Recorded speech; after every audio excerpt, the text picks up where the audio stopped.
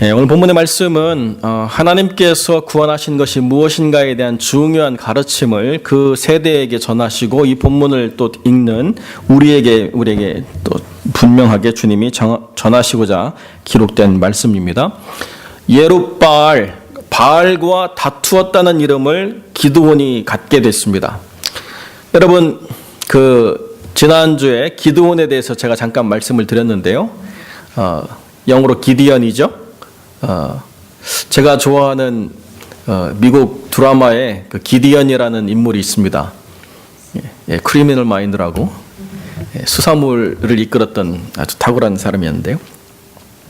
기드온 그러면 그렇게 머리를 쓰는 탁월한 사람 이렇게 생각이 들지만 그러나 그건 우리 미국 문화에서 얘기고 원래 기드온이라고 하는 사람의 원래 의미는 뭐냐 그러면 벌목꾼, 쳐서 쓰러뜨리는 벌목꾼. 나무를 해보신 경험 있으신가요? 여자분들은 뭐 그럴 일이 없을 거고 도끼로 나무를 쳐가지고 쓰러뜨리는 일 여러분 쉬운가요? 이건 정말 거친 일입니다. 옛날에 어떤 미국 영화를 보니까 그 벌목꾼들이 나무를 해가지고 산 밑으로 굴려서 그리고 강을 통해 가지고 그것을 해안까지 가지고 내려오는 과정을 영화로 찍어서 그 중에 사람이 죽기도 하고 다치기도 하는 것들을 영화로 만들었던 것이 기억이 나는데 그만큼 거친 삶을 헤쳐나가야 될 그런 삶들을 하는 거죠. 그런데 곱상하고 야리야리하고 그런 사람에게 이런 이름을 붙이겠습니까? 기드온 그러면 누가 봐도 도끼로 멍을 후려쳤을 때 야 정말 저 사람은 나무를 팰만하다 뭐 이 정도의 기대 가치가 있는 사람에게 이런 걸 붙여주죠. 그래서 기드온이라고 하는 사람이 얼마나 대단한 사람인가를 그 이름을 통해서 우리가 알 수 있는데 그 사람이 지금 포도주 틀에 가서 밀을 골랐다는 거죠. 그런데 하나님께서 그 사람을 이끌어내서 이제 이스라엘을 구원하는 사사를 이끄실 때에 그렇게 하나님이 이루시는 과정에서 중요한 것들을 하나님이 이끌어내셨습니다. 그래서 그 이스라엘 사람들이 믿고 있는 신이 하나님이 아니라 가나안의 바알과 아세라 상이라고 할 때 그것을 쳐서 불살라가지고 없애버리고 하나님 앞에 다시 정결함을 가지고 난 다음에 이제 전쟁에 나가라 이렇게 했더니 낮에는 차마 사람들 눈 때문에 못하고요. 밤에 가가지고 종 10명을 데리고 가서 그거를 쳐가지고 불살라서 숫소와 함께 번제를 올렸다 이렇게 이야기합니다. 자 여러분, 낮에 사람의 눈에 두려웠다라고 한다면 밤에는 그러면 괜찮을까요? 시골에서 자라난 경험이 있으신 분들은 알겠지만 저도 옛날에 기억하는데요. 전주라고는 도시가 이렇게 개발이 안 될 때 저희 집에서 수킬로미터 떨어진 동물원이 있는데 새벽에 사자 호랑이의 울음소리가 들려요. 왜냐하면 주변이 정막강산이기 때문에 뭐가 이렇게 소리가 다 전달이 됩니다. 그리고 멀리 떨어진 한 2-3km 떨어져 있는 그 큰 공원에 연꽃이 가득한데요. 여름이 되면 그 연꽃 향기가 저희 집까지 퍼져요. 부락되는 게 없이 다 전달이 돼요. 여러분 지금 이스라엘 사람들이 살아가고 있는 삶이 얼마나 도시화됐는지 모르지만 그렇게 대단한 것이 아니라는 거죠. 한밤중에 신상을 패가지고 소를 잡아서 불살르는데 사람 눈을 의식하지 않을 수 있을까요? 쉽지 않은 얘기예요. 그러나 어찌됐건 간에 사람들의 회방을 받지 않기 위해서 그 일을 한 거지 몰래 숨어가지고 그냥 두렵고 떨려가지고 벌벌 떨면서 한 건 아니라는 거예요. 그만큼 뭔가 일을 행하려고 할 때는 과단성 있게 일을 하는 사람이라는 것입니다. 기드온이라고 하는 사람의 성품이 그렇다는 거예요. 그런데 전쟁을 치르려고 하니까 아무리 기드온이지만은 전쟁을 치르려고 그러니까 정말 하나님의 뜻인지를 다시 되묻습니다. 그래서 뭘 가지고 하나님 양털을 올려놓고 2번 시험을 하죠. 하나님 이 양털만 젖게 해주십시오. 이 양털만 마르게 해주십시오. 뭐 이렇게 하나님을 시험했습니다. 그러고 나니까 하나님이 그대로 이루셨다는 거죠. 그런데 6장이 이렇게 끝나고 난 다음에 7장에는요. 하나님의 페이백 타임. 네가 나를 2번 시험했지. 나도 너에게 2번의 연단을 주리라. 뭐 이렇게 하셨는지 모르지만 하나님이 기드온을 데리고 이렇게 전쟁을 수행하실 때 너무 많다는 거예요. 지금 여기 전쟁을 따르러 나왔지만은 그러나 전쟁을 치를 자격이 없는 사람들을 솎아내라. 그래가지고 32,000명 중에 22,000명이 떠나고 10,000명만 남습니다. 자, 그럼 다음에 이제 하나님이 물가로 인도해 내시는데요. 어떤 목사님은 개처럼 핥아가지고 잘렸다 이렇게 얘기하는데, 개처럼 핥아가지고 잘린 게 아니고 하나님께서는 기드온의 믿음을 시험하시고 그 기드온이 경험한 하나님이 진짜 순수하게 오염되지 않은 전적인 하나님임을 분명하게 전달하고자 작은 수를 택하신 것입니다. 그래서 하나님께서는 이끌어 가셔가지고 그 강을 만날 때에 그 전쟁으로 흥분 상태에 있는 사람들의 그 가람이 어떻게 표현되느냐를 분명히 아시는 하나님께서 작은 수로 모여있는 사람들을 택하게 하나님이 구별을 하셨어요. 그래서 10,000명 중에 9,700명이 돌아가고 300명만 남았다는 것입니다. 그런데 그 미디안 군대를 바라보면요, 300명이 그 미디안 군대를 이길 수가 없죠. 이건 어떻게 감당이 안 되는 거예요. 한 사람의 위대함으로, 한 사람의 탁월함으로 어떻게 사람들을 이끌어서 게릴라처럼 할 수는 있겠지만은, 그러나 전면전을 한다고 하는 것은 있을 수가 없는 거예요. 그러니까 이 전쟁의 방식을 바꾸지 않으면 하나님 안 된 님이다라고 이야기할 수밖에 없다는 거죠. 우리가 몰래 밤에 이 사람들이 잘 때 이 사람들을 괴롭혀가지고 그렇게 치고 빠지는 게릴라는 할 수 있지만, 맞서 싸워가지고는 도저히 이길 수 없습니다라고 하는 것이 이게 명확한 사실로 우리가 인식되는 거예요. 그러면 대부분의 사람들이 어떻게 하느냐? 하나님, 이거는 안 됩니다. 하나님이 오셔도 안 됩니다. 네. 그러니까 하나님이 바꾸시기를 원한다라고 이야기할 수밖에 없는 거죠. 그냥 하나님 뭐라고 말씀하시느냐? 내 손이 나를 구원하였다고 할 모든 근거를 다 빼버리겠다는 거예요. 그리고 하나님께서는 전적으로 이 일을 하나님이 하셨다라고 하는 그 경험을 이 사람들에게 전달하시겠다라고 이야기하는 것이기 때문에 이젠 더 이상 물러날 방법이 없는 거예요. 자기가 하나님을 2번이나 시험을 한 것이 하나님과의 샬롬을 깨지 않았기 때문에 이제는 더 이상 물러날 근거가 없도록 하나님이 다 들어주시고 난 이후에 이제 하나님이 전적으로 이 사람들을 푸시해서 하나님의 뜻대로 수행하기를 이끄시는 그런 자리에 와 있다는 것입니다. 제가 기드온이라고 해도 32,000명 중에 22,000명이 빠지고 나면 양쪽으로 갈랐을 때 누가 내 사람이라고 이야기하기를 원하겠어요? 300명이에요? 9,700명이에요? 300명은 눈에 들어오지도 않아요. 9,700명이 내 눈에 들어와야만 되는 내 마음이죠. 저도 한번 경험해 봤는데요. 제가 그 안식교회를 빌려서 섬기는 교회가 할 때 2층으로 되어 있습니다. 우리 같이 섬겼던 분들은 잘 아실 거예요. 극장식으로 해가지고 이렇게 탁 내려가서 쫙 펼쳐져 있는 그 계단. 설교를 하면 사람들이 다 있기 때문에 이렇게 전체를 훑어봐도 굉장히 슬로우 모션으로 가야 돼요. 아이 컨택을 하려면. 제가 개척을 하고 설교를 하는데요. 눈 둘 데가 없어요. 뭐 이렇게 슬로우 모션으로 가야 되는데 몇 사람밖에 없기 때문에 계속 쳐다보고 얘기하면 또 부담스럽다 그러니까 어디 눈을 못 뜨겠더라고요. 그죠? 천장 보고 할 수도 없고. 그렇다고 집사람만 보고 오자니 또 왜 사모님만 보고 또 설교하냐고 또 그럴 것이고, 또 다른 사람을 보고 오자니 너무 목사님이 나를 쳐다봐가지고 부담스럽을 것 같고, 뭐 어떻게 할 수가 없는 거죠. 그죠? 그게 익숙해지기까지 굉장히 시간이 많이 걸렸습니다. 사람과 함께 한다는 것이 주는 위로, 사람과 함께 한다는 것이 주는 든든함이라고 하는 건 사실 작은 게 아니에요.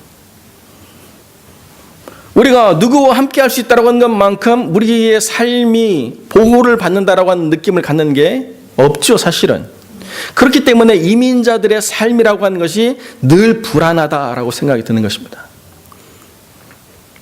이민자의 삶이라고 하는 것은 그 삶의 관계가 얼마나 확장되어 있느냐고 하는 무관하게 늘 불안과 늘 염려와 근심을 깔고 가는 삶이라는 거예요.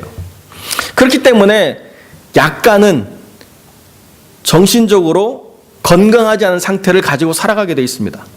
신경병은 아니지만 신경적으로 약간 건강하지 않은 상태를 우리가 늘 가지고 가게 돼 있어요. 여기서 좀 더 가게 되면 이제 감정의 그 컨트롤이 잘 안 되는 때를 경험하는 사람들이 있습니다. 그래서 약간 조울증에 빠진 바이폴라처럼 막 재밌다가도 갑자기 뭐 화를 낸다든지 아니면 우울하다든지 그래서 당황스러울 때가 있어요. 금방까지 서로 막 웃고 얘기했거든요. 그런데 웃자고 한 얘기에 갑자기 폭발을 해가지고 죽자고 달려드는 상황이 만들어지는 아주 이상한 때가 생깁니다. 왜 그런가? 이 자그마한 것이 내가 살아온 이민 삶의 어떠한 부분을 딱 건드리는 때가 있어요.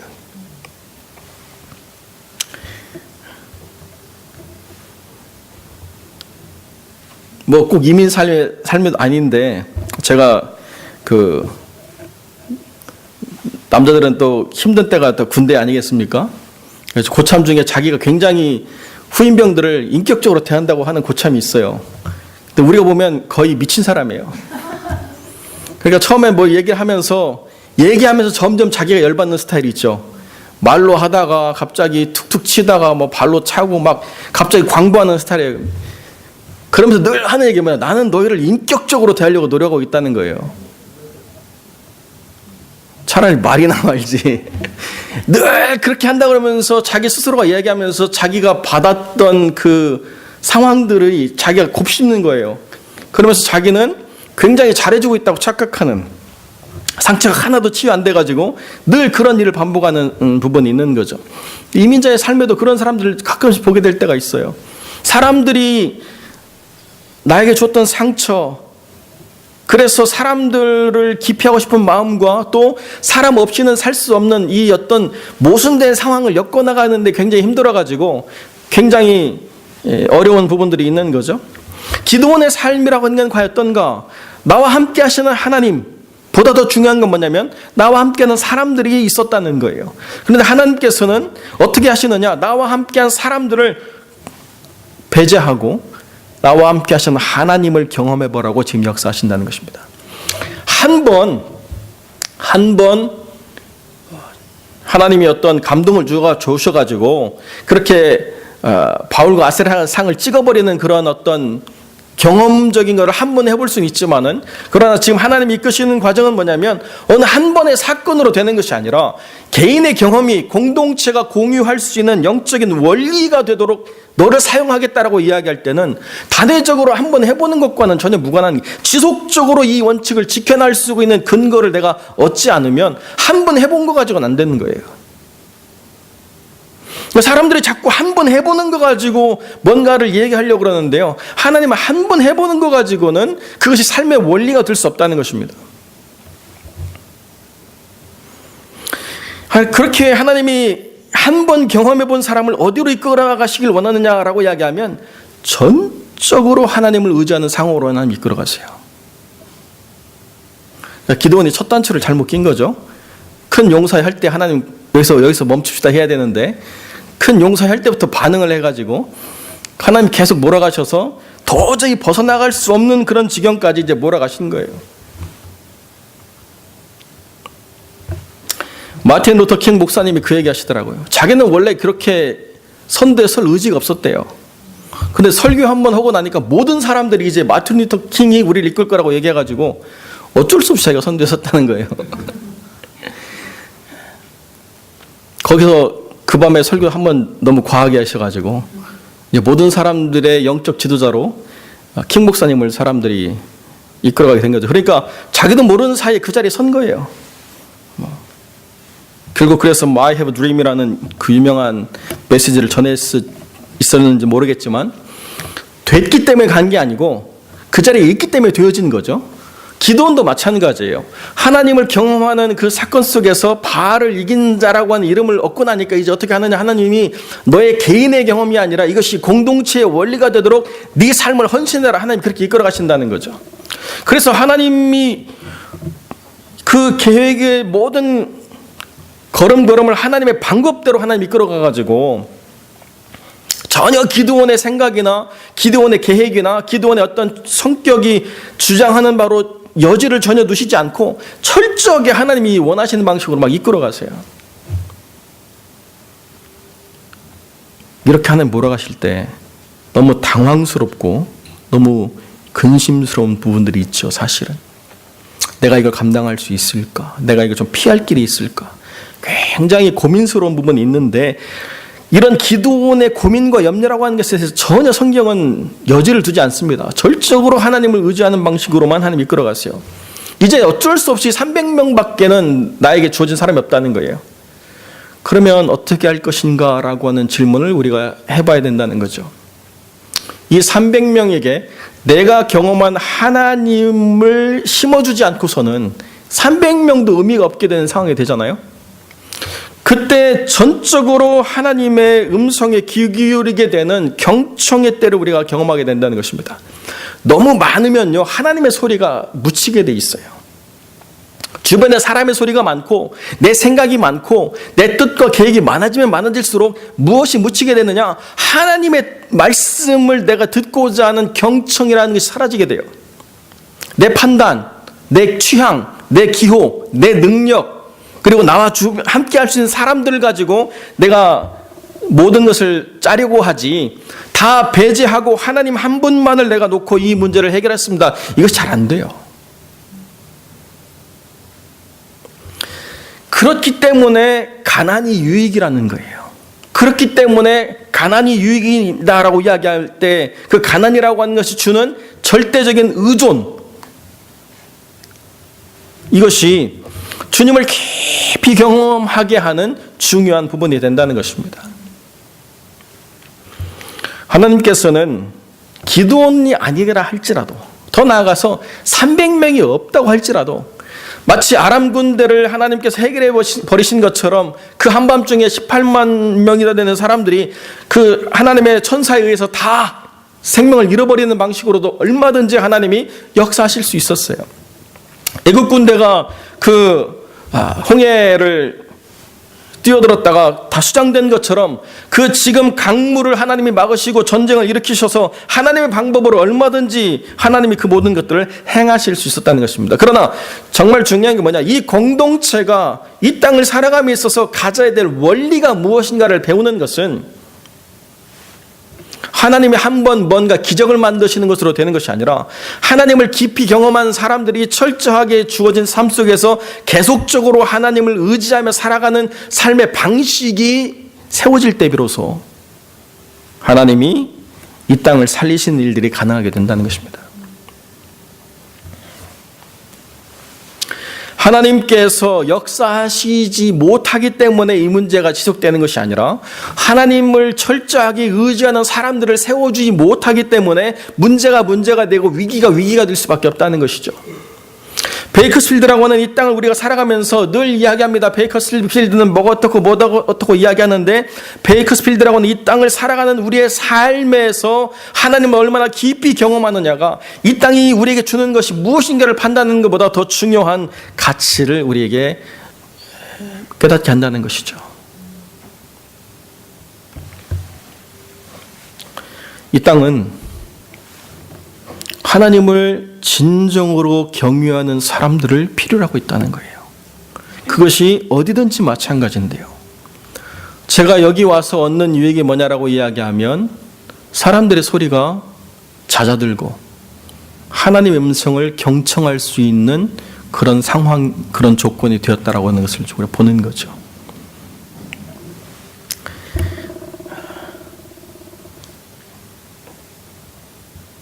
어떤 사역이 센세이셔널 만큼 사람들을 많이 끌어당기면요, 너나 할 것 없이 그걸 막 도입해가지고 무조건 그걸 해야 된다라고 하는 분위기가 만들어질 때가 있습니다.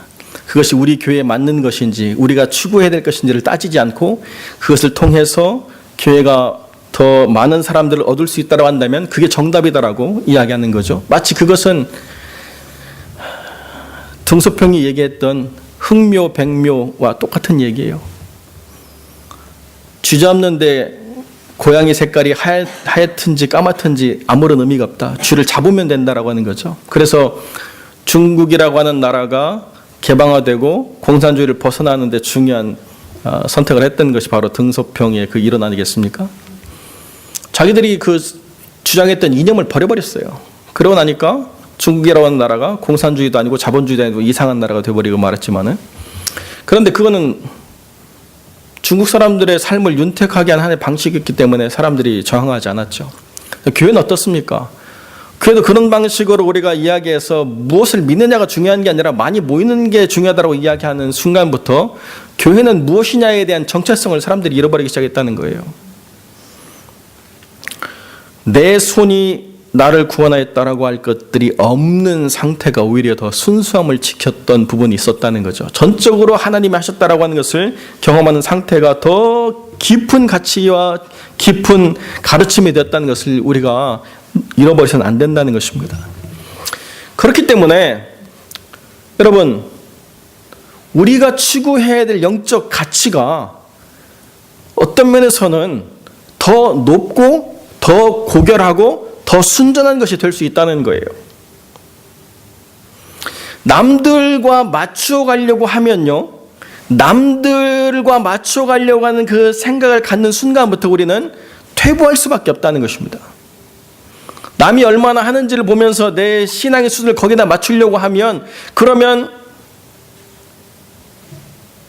우리가 흔히 생각하는 대로 더 큰 교회, 더 좋은 교회, 더 가진 교회로 우리가 가야 될 부분이 있겠죠. 그러나 우리에게 주어진 삶이라고 하는 것은 남들에게 요구되어진 것을 내가 받아들이겠다라고 하는 것이 아니라 전적으로 하나님을 의지하는 삶의 진정한 가치를 깨달으라고 우리를 부르셨다는 것을 우리가 이해를 해야 돼요. 하나님께서는 한 개인의 경험이 한 개인의 영적 자산에 머무르지 않고 그 공동체가 공유할 수 있는 소중한 원리가 되도록 하나님의 사람들을 세우시고자 하나님께서 여러분들을 부르셨다는 것입니다. 내가 경험한 하나님이 무엇인가를 다른 사람이 맛보고 경험함으로 우리가 추구하는 가치가 얼마나 더 순전하고 얼마나 더 정결해질 수 있는가를 우리가 분명히 깨달아가야 된다는 거죠. 여러분, 그게 아니면요, 모든 섬김과 모든 헌신이 사람의 영광을 취하는 것으로 바꾸고 변질되어질 때가 참 많이 있어요. 체면 때문에 하고, 관계 때문에 하고, 자리 때문에 하고, 이런 것들을 가지고 모든 것이 다 오염되어져도 나오는 것의 총량이 더 많기 때문에 그것의 퀄리티는 따지지 않고 그것이 더 좋은 것인 것처럼 착각하는 부분이 많이 있다고 할 수 있는 것이죠. 그러니까 주님께서는 뭘 원하시느냐? 총량이 많아지는 게 중요한 게 아니고 나오는 아웃풋의 퀄리티가 얼마나 더 순전한 이걸 바라보는 거예요.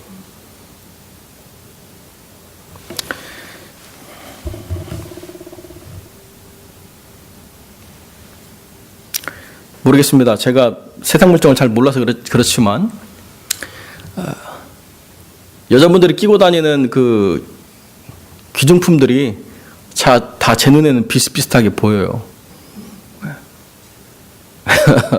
구분이 잘 안 돼요. 그런데 뭐 어떤 분은 벌써 살짝만 스캔을 해도 다 아는 분들이 있더라고요. 제가 결혼할 준비가 안 됐는데 결혼을 감행을 해가지고 결혼한다고 미국에서 선포하고 한국 들어가서 열흘 만에 제가 결혼하는 바람에 많은 유익이 있었습니다.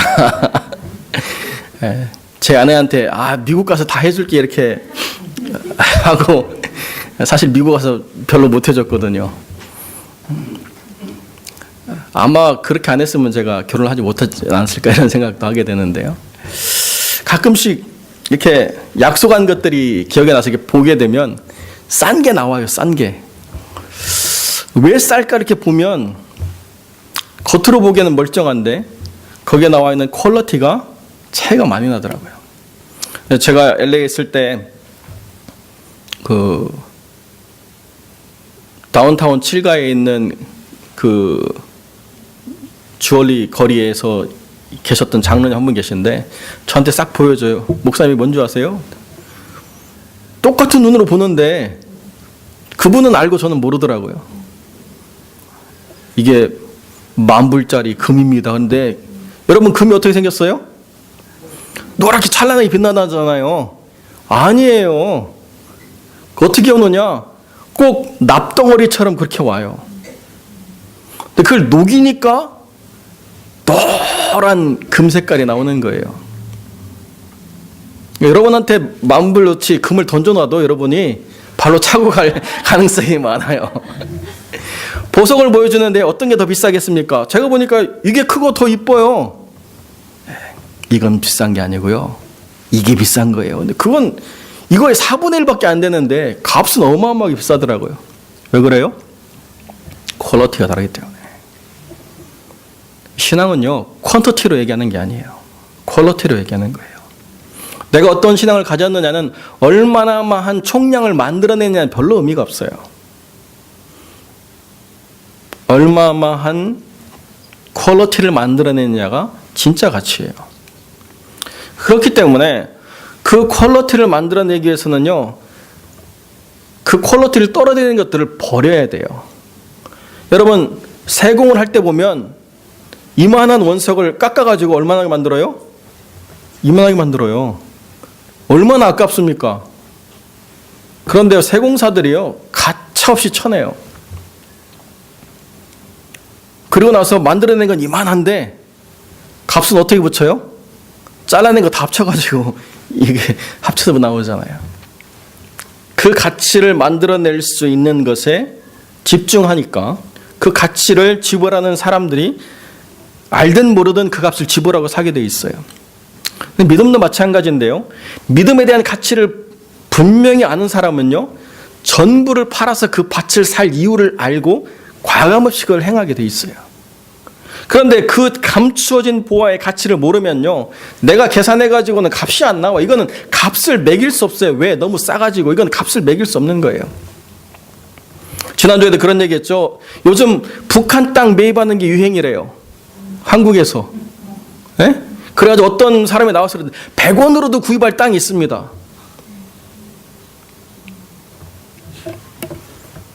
어떤 땅인지 모르겠지만 100원으로 무슨 땅을 어떻게 살는지 어떻게 알겠어요? 막 그런 얘기, 도대체 그게 될까요? 막 그래서 하늘에 있는 별도 파는데 무슨 상관이 있어요? 제가 그랬어요. 하늘에 있는 별도 내가 등록해가지고 돈 받고 등록시켜주잖아요. 저 별 내 거 해가지고 이름 붙여가지고. 뭐 더 어처구니 없는 건 알프스의 공기를 자기가 돈 주고 샀대요. 팩이 와가지고 알프스 공기라고 해가지고 샀는데 열어보니까 아무것도 없어요. 참 사람들이 어리석기 짝이 없죠. 그래도 뭔가 가치가 있다고 생각했으니까 구입을 했겠지만, 우리는요, 가치를 인식하느냐 아니냐에 따라서 삶의 선택과 결단이 분명하게 차이가 나 있다는 것입니다. 하나님과 동행함으로 말미암아 하나님의 구원이 만들어내는 가치를 이해하는 사람은요, 전부를 팔아서 그 값을 지불하고라도 그 밭을 사게 될 이유가 반드시 있다는 거예요.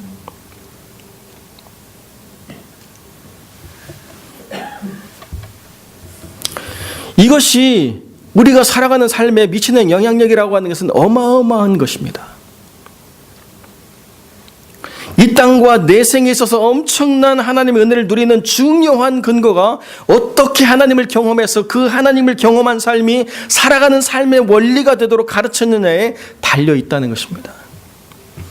그것이 아니면요, 여러분, 하나님을 경험했다고 하는 수많은 사람들이 다 그 자리에 있느냐? 아니에요. 하나님을 경험했다고 하는 수많은 사람들이 다 딴 데가 있어요. 더 웃긴 건 뭐냐?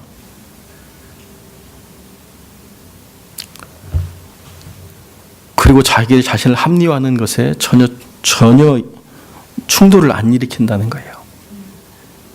내가 하나님을 깊이 경험한 그 경험과 지금 내가 하나님을 멀리 떨어져 있는 것 사이에 이 엄청난 괴리를 자연스럽게 연결시켜요. 아무런 위기의식이 없어요. 큰 문제라는 거죠. 하나님을 경험했으면 그 경험이 내 삶의 원리가 되고 내가 속한 공동체에 살아가는 방식이 되어지도록 하나님이 이끌어 주시는 것, 그게 축복이라는 것입니다. 영혼이 잘됨과 같이 범사가 잘되고 강건하기 위해서는 영혼의 잘되는 원리를 지속적으로 내 범사에 적용해야만 되는 삶이 있다는 것을 우리는 분명하게 알고 있는 거죠. 그러나 한번 하나님을 깊이 경험하고 나면 그것이 모든 것을 풀어갈 수 있는 능력인 것처럼 써버려서는 안 된다는 것입니다.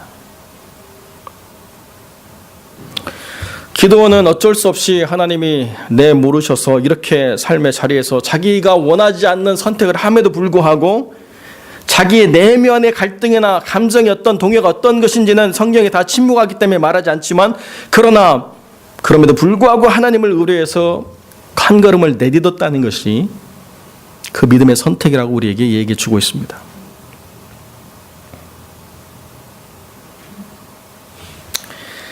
LA에 있는 그 컨미션 밀샤하고 유니언 커너의 그 선교단체가 있는데요. 그 이전 선교사님이 그런 간증하세요. 자기가 영국에서 공부하고 이제 한국에 돌아와가지고 아프리카 파송받는데요. 한국 자기 교단의 제일 큰 교회가 파송을 해줬대요. 그러나서 자기가 그 사역을 마칠 때까지 얼마나 그 교회에 감사했는지 모른대요. 파송만 해줘가지고. 단 한 푼도 후원 안 했는데요. 그러나니까 어떻게 돼요? 정말 간절히 하나님께 기도하게 되더라는 거예요.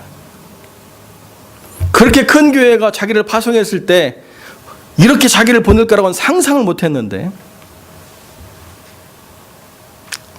어마어마하게 그 교회 아름답게 지은 거 너무나도 잘 알죠.